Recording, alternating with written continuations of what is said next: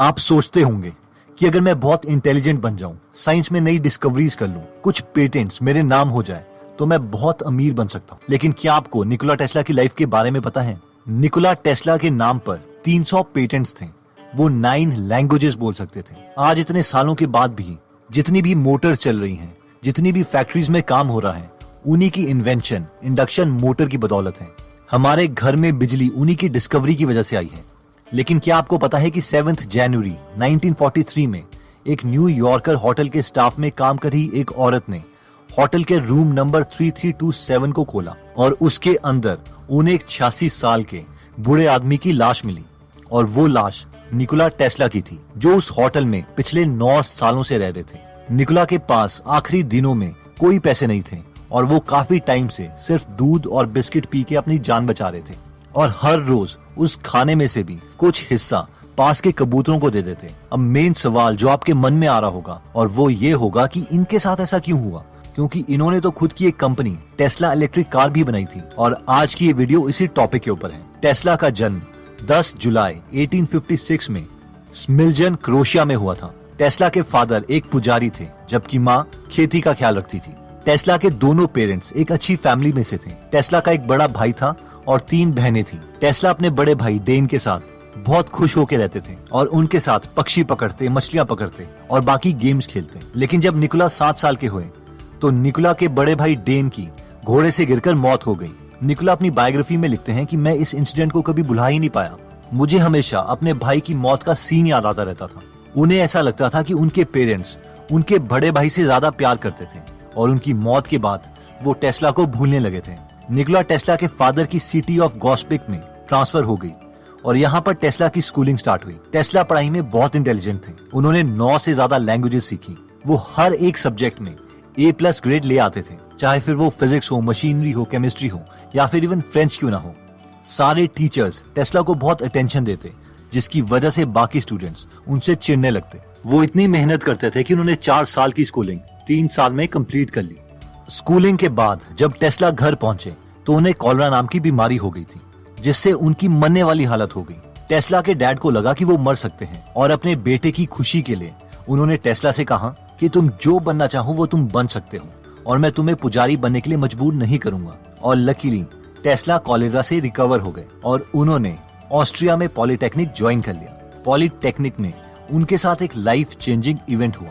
Physics की class में उनके प्रोफेसर्स ने उन्हें डायनामो दिखाया, जो DC यानी डायरेक्ट करंट से चलता था। जब एक तार में इलेक्ट्रॉन्स एक ही डायरेक्शन में जाते हैं तो उसे DC यानी डायरेक्ट करंट बोला जाता है। लेकिन अगर उसी तार में इलेक्ट्रॉन पहले आगे जाएं और फिर पीछे आए तो उसे AC यानी ऑल्टरनेटिंग करंट बोला जाता है। तो उस फिजिक्स के प्रोफेसर ने क्लास में कहा, ये देखो डायनामो जो DC से चलता है। इस पर टेस्ला ने कहा कि अगर हम DC की जगह AC यूज करें तो ये ज्यादा एफिशिएंटली बनाया जा सकता है। जिस पर प्रोफेसर को गुस्सा आ गया और उन्होंने उस डायनामो में से कम्यूटेटर को हटा दिया, जो कि AC को DC में कन्वर्ट करता था, जिससे वो डायनामो काम करना बंद हो गया। और प्रोफेसर ने कहा, देखा ये AC यानी ऑल्टरनेटिंग करंट से नहीं चलता।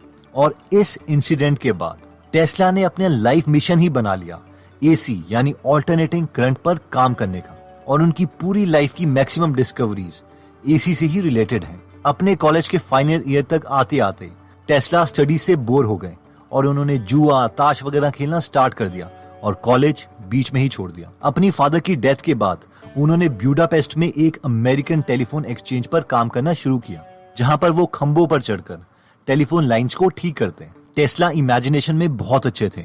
वो कहते हैं कि पार्क में चलते चलते भी वो पूरी मशीन इमेजिन कर लेते थे, उसका एक एक पार्ट, वो कैसे घूमेगी, कैसे काम करेगी, एक्सेट्रा। तो एक बार पार्क में चलते चलते उन्होंने एक बहुत ही फेमस कॉन्सेप्ट सोचा, जो आजकल के हर इलेक्ट्रिकल इंजीनियर को पता है, जिसे AC मशीन्स चलती हैं, और वो था रोटेटिंग मैग्नेटिक फील्ड्स। इस समय थॉमस एडिसन भी अपने बिजनेसेस में काफी सक्सेसफुल हो चुके थे।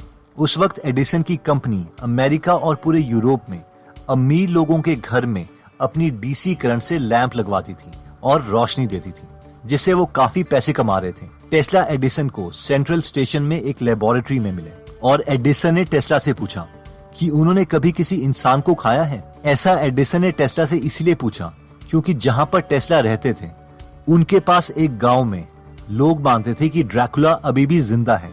एडिसन ने टेस्ला को अपनी कंपनी में नौकरी दे दी। टेस्ला को एडिसन का काम करने का स्टाइल बहुत ही अजीब सा लगता था, क्योंकि एडिसन हर परम्यूटेशन कॉम्बिनेशन लगा के डिस्कवरीज करते थे, जबकि टेस्ला को लगता था कि ये टाइम वेस्टिंग है, क्योंकि एक दो फिजिक्स की छोटी इक्वेशंस को यूज करके एडिसन अपना काफी टाइम बचा सकते थे। इस वक्त तक टेस्ला एक सक्सेसफुल एसी इंडक्शन मोटर बना चुके थे और ये उन्होंने एडिसन को बेचने की सोची, लेकिन एडिसन को वो बिल्कुल पसंद नहीं आई और उन्होंने उस प्लान को रिजेक्ट कर दिया। एडिसन ने टेस्ला से कहा कि अगर वो उनके इक्विपमेंट्स को रीडिजाइन करके उन्हें ज्यादा एफिशिएंट बना लें तो वो उन्हें $50,000 देंगे। टेस्ला ने कुछ ही दिनों में एडिसन के इक्विपमेंट को रीडिजाइन किया और एडिसन से अपने $50,000 मांगे, जिस पर एडिसन ने हंसते हुए टेस्ला से कहा, क्या यार, ये एक अमेरिकन जोक था, तुम तो बहुत नासमझ हो, ये भी नहीं समझे। टेस्ला को ये बात अच्छी नहीं लगी और उन्होंने जल्दी ही एडिसन की नौकरी छोड़ दी। टेस्ला की शराफत का दो बिजनेसमैन ने फिर से फायदा उठाया था। रॉबर्ट लेन और बीए वेल की न्यू जर्सी में लाइटनिंग की मैन्युफैक्चरिंग कंपनी थी। इन दोनों बिजनेसमैन ने कहा कि अगर टेस्ला इनकी लाइटनिंग के प्रोजेक्ट में मदद करते हैं तो वो उनका नाम अपनी कंपनी के साथ जोड़ देंगे और उन्हें अपनी कंपनी के शेयर्स भी देंगे। लेकिन टेस्ला ने इंसिस्ट किया कि वो इस प्रोजेक्ट के बाद अपनी एसी मोटर को डेवलप करने में इन्वेस्टमेंट चाहते हैं, जिस पर वो दोनों बिजनेसमैन मान गए। टेस्ला ने बहुत मेहनत करके बहुत सी स्ट्रीट्स और फैक्ट्रीज में आर्क लाइटिंग को इंस्टॉल करवाया। उनका काम मैगजीन में भी पब्लिश हुआ, लेकिन जैसे ही कुछ महीने में आर्क लाइटिंग का काम खत्म हुआ, टेस्ला को कंपनी से निकाल दिया गया। दोबारा से टेस्ला के पास कुछ पैसे नहीं बचे। वो अपनी मशीन्स को बनाने में इतने बिजी हो जाते थे कि वो अपनी फाइनेंशियल सिक्योरिटी को ही भूल जाते थे और अनफॉर्चुनेटली इन्हें गड्ढे खोदने का काम करना पड़ा। वहां पर काम कर रहे फोरमैन ने देखा कि टेस्ला बहुत इंटेलिजेंट है और उन्हें अपनी कंपनी के चीफ इंजीनियर एल्फ्रेड ब्राउन से मिलवाया। ब्राउन ने लकीली टेस्ला के मैगजीन आर्टिकल्स पढ़े थे और वो टेस्ला से बहुत इम्प्रेस्ड हुए, इसलिए उन्होंने टेस्ला को एक बैंकर से मिलने के लिए कहा, जिनका नाम था चार्ल्स पेक। ब्राउन ने कहा कि अगर टेस्ला पेक को इम्प्रेस कर देंगे तो पेक उन्हें उनके काम के लिए फंडिंग दे सकते हैं। उस वक्त एक अंडे को सीधा खड़ा करना एक बहुत ही बड़ी स्किल मानी जाती थी और टेस्ला ने कुछ ऐसा ही किया। टेस्ला ने एक ब्रास का अंडा बनवाया और उसके आसपास अपने एसी सर्किट्स लगा दिए। जब उस एसी सर्किट ने रोटेटिंग मैग्नेटिक फील्ड प्रोड्यूस करी तो वो ब्रास का अंडा घूमने लगा और एकदम सीधा घूमता रहा। इससे पेक बहुत इम्प्रेस हो गए और इन तीनों ने, टेस्ला, पेक और ब्राउन ने मिलकर एक कंपनी खोली जिसे नाम दिया गया टेस्ला इलेक्ट्रिक कंपनी। अगले 15 सालों में टेस्ला ने बहुत इन्वेंशंस करी और बहुत काम पेटेंट करवाया। 1888 में टेस्ला ने एक स्पीच दी जिसका नाम था a new alternating current motor, जिसमें उन्होंने पहली बार दुनिया को दिखाया कि इलेक्ट्रिसिटी सिर्फ लाइट्स के लिए ही नहीं बल्कि अप्लायंसेज और फैक्ट्रीज में मशीन्स के काम भी आ सकती है। ये लेक्चर बहुत ही फेमस हुआ। वेस्टिंग हाउस के एक इन्वेस्टर बहुत जल्दी टेस्ला से मिलने आए क्योंकि वो समझ गए थे कि टेस्ला बहुत बड़ी इन्वेंशंस करने वाले हैं। वेस्टिंग हाउस ने टेस्ला को कहा कि वो टेस्ला को $5,000 देंगे, 20,000 के स्टॉक ऑप्शंस देंगे और हर एनर्जी प्रोड्यूस करने के लिए $2.5 देंगे एज अ रॉयल्टी। टेस्ला और वेस्टिंग हाउस के इंजीनियर्स ने एसी मोटर के डिजाइन को इम्प्रूव करने के लिए काम करना शुरू किया। ऑल्टरनेटिंग करंट की तरक्की देख के एडिसन को बहुत गुस्सा आया और वो चाहते थे कि लोग उनकी कंपनी से डीसी इक्विपमेंट्स लें, इसलिए उन्होंने एक चाल चली। उन्होंने एक इलेक्ट्रिक चेयर बनाई जिससे लोगों को करंट देके मरवाया जा सके। उसके बाद उन्होंने विलियम कैमलन नाम के एक अपराधी को चूज किया। इस अपराधी को वैसे भी मौत की सजा होनी थी क्योंकि इसने अपनी वाइफ का मर्डर किया था, इसीलिए विलियम को इस चेयर को यूज करके मारा गया जिसमें ऑल्टरनेटिंग करंट यूज किया गया।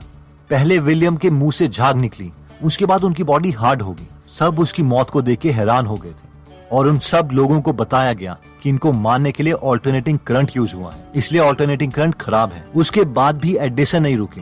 उन्होंने 24 कुत्तों को एसी से टॉर्चर किया, एक घोड़े को एसी करंट देके मार दिया और एक फीमेल एलिफेंट को भी करंट देके मरवा दिया और उस पर एक शॉर्ट मूवी बनाई और सबको दिखाया कि ऑल्टरनेटिंग करंट कितना खतरनाक है। लेकिन टेस्ला नहीं रुके और उन्होंने एसी मोटर्स का डिजाइन पूरा किया। 1890 में टेस्ला को the American institute of electric engineers का वाइस प्रेसिडेंट बना दिया गया। उन्होंने बहुत सी डिस्कवरीज करी। उन्होंने ऑसिलेटर्स बनाए जिसकी मदद से फ्रीक्वेंसी को चेंज किया जा सकता है, कंडेंसर बनाया, इलेक्ट्रिक मीटर बनाया, इवन एक्सरेज पर काम किया। टेस्ला पहले इंसान थे जिन्होंने बताया था कि एक्सरे हमारी बॉडी के लिए खतरनाक हो सकता है। टेस्ला ने यह भी दिखाया कि किस तरीके से इलेक्ट्रिसिटी को बिना तारों के ट्रांसफर किया जा सकता है। It powers up. And the closer I get to it, the more it powers up. Tesla एक हाथ से हजारों वोल्ट्स की तार पकड़ लेते हैं और दूसरे हाथ से बल्ब, और फिर वो बल्ब जलने लगता। लोग पूछते कि उन्हें करंट क्यों नहीं लग रहा, जिस पर टेस्ला बोलते कि उन्होंने एसी की फ्रीक्वेंसी बहुत इंक्रीज की हुई है, जिसकी वजह से करंट उनकी बॉडी से नहीं बल्कि उनकी स्किन से ट्रांसफर हो रहा है, और इसे स्किन इफेक्ट भी बोलते हैं। टेस्ला अपने काम में इतना बिजी हो जाते हैं कि वो अपनी इन्वेंशंस को पेटेंट करवाना ही भूल जाते हैं, और लोग उन्हीं के टेक्नोलॉजी को यूज करके कुछ नया इन्वेंट कर देते। For example radio. मैकरोनी, जिन्होंने सबसे पहले रेडियो का प्रैक्टिकल डेमोन्स्ट्रेशन दिखाया, उन्हें नोबेल प्राइज दिया गया, जबकि उसमें टेस्ला की बहुत सी टेक्नोलॉजी यूज की गई थी। टेस्ला ने अपने बहुत से काम पेटेंट नहीं करवाए थे, इसीलिए इस टेक्नोलॉजी के लिए उन्हें अपनी मौत के बाद क्रेडिट मिला। टेस्ला रेडियो वेव्स को वायरलेसली भेजने के बजाय पूरी बिजली को वायरलेसली भेजना चाहते थे, इसलिए उन्होंने रेडियो टेक्नोलॉजी पर काम नहीं किया।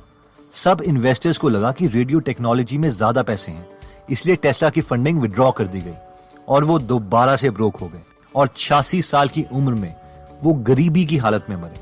तो दोस्तों, इस वीडियो में हमने देखा कि इतना ज्यादा ब्रिलियंट होने के बावजूद टेस्ला को बहुत बार लाइफ में गरीबी का सामना करना पड़ा, और एंड उनका बहुत ही दुख भरा था। मैंने जनरली ये देखा है कि कई एक्स्ट्रा ऑर्डिनरी माइंड्स अपने काम में इतने ज्यादा बिजी हो जाते हैं कि वो अपने को फाइनेंशियली सिक्योर ही नहीं कर पाते, और इन सब जीनियसेस को दुनिया तब रिकॉग्नाइज करती है जब उनकी मौत हो जाती है, और तब इसका क्या फायदा। जैसे कि नायग्रा फॉल्स में हाइड्रो इलेक्ट्रिक पावर प्लांट बनाया गया है, जहाँ पर टेस्ला की टेक्नोलॉजी यूज की गई है। इवन की वहां पर आज भी टेस्ला के ऑनर में उनका स्टैचू लगा हुआ है। इवन की इलॉन मस्क कह चुके हैं कि बेशक हमने अपनी कार कंपनी का नाम टेस्ला रखा है, क्योंकि टेस्ला को उतनी रिकॉग्निशन नहीं मिली जितनी वो डिजर्व करते थे, लेकिन हम एडिसन से ज्यादा इंप्रेस हैं, क्योंकि वो अपने आइडियाज को दुनिया तक पहुंचाने में सक्सेसफुल रहे। It's an interesting contrast, like Edison versus Tesla, because interesting, the car company is called Tesla. And the reason it's called Tesla is because we use an AC induction motor, which is an architecture that Tesla developed. And the guy probably deserves a little more play than he gets in current society. But on balance, I'm a bigger fan of Edison than Tesla. Because Edison brought his stuff to market and made those inventions accessible to the world, whereas Tesla didn't really do that. Anyways, आप ये incredible story अपने friends या family members के साथ जरूर share करें, और उन्हें भी समझाएं कि खुद को फाइनेंशियली सिक्योर करना कितना इंपॉर्टेंट है। और साथ में अगर आप ऐसी और बायोग्राफी सुनना चाहते हैं, जैसे कि डॉक्टर एपीजे अब्दुल कलाम पर, आइंस्टाइन पर, इलॉन मस्क पर, या फिर दोबारा से निकोला टेस्ला पर, तो आप हमारी गीगल ऐप डाउनलोड कर सकते हैं। यहाँ पर 120 से ज्यादा फ्री समरीज अवेलेबल हैं, और हर हफ्ते संडे को हम एक फ्री समरी इसमें ऐड करते हैं। अगर आप इस ऐप में इंटरेस्टेड हैं, तो इस ऐप का लिंक मैं डिस्क्रिप्शन में दे दूंगा। एनीवेज, अगर आप ऐसी नॉलेजेबल वीडियोस मिस नहीं करना चाहते, तो सब्सक्राइब करने के बाद बेल का बटन जरूर दबा दीजिए। आप हमें कमेंट करके ये भी बता सकते हैं कि आप नेक्स्ट वीडियो किस टॉपिक पर चाहते हैं। जल्दी हम आपसे दोबारा मिलेंगे। जय हिंद।